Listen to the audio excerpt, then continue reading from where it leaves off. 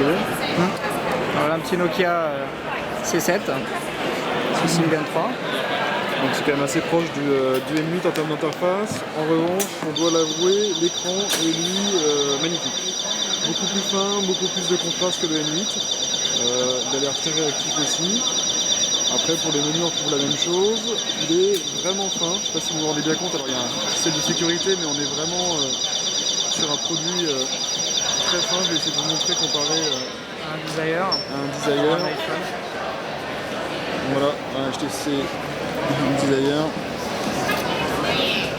Donc on est vraiment sur des produits qui font à peu près la même taille d'ailleurs. Mais on sent c'est vrai que l'écran notamment du C7 est très très beau. En termes de contraste il est plus lumineux que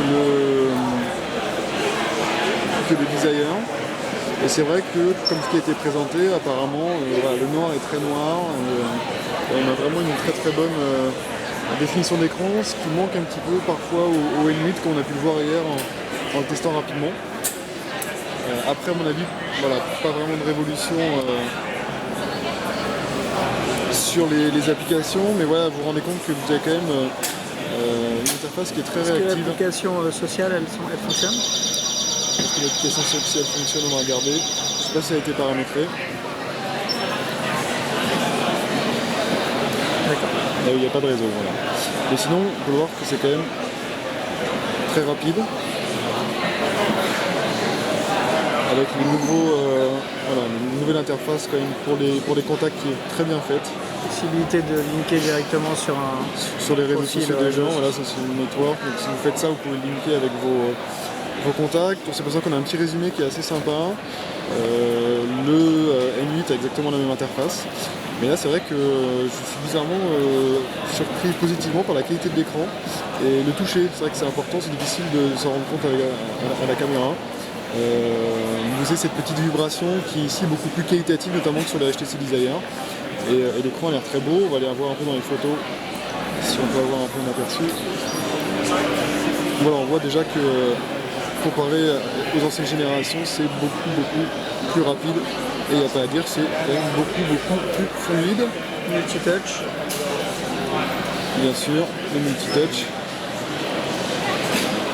Qui est répondant. Un bouton unique, donc ça faut s'y faire. Ah non, là, je ne me suis pas fait par exemple. On a un bouton de prise de photo. Donc je crois que c'est un optique 8 millions de pixels. Et je ne sais pas si c'est Carl Zeiss.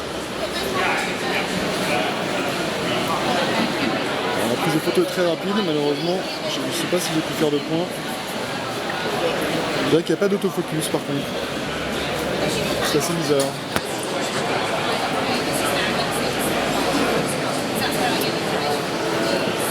Bizarre, je ne suis pas sûr d'avoir vu d'autofocus.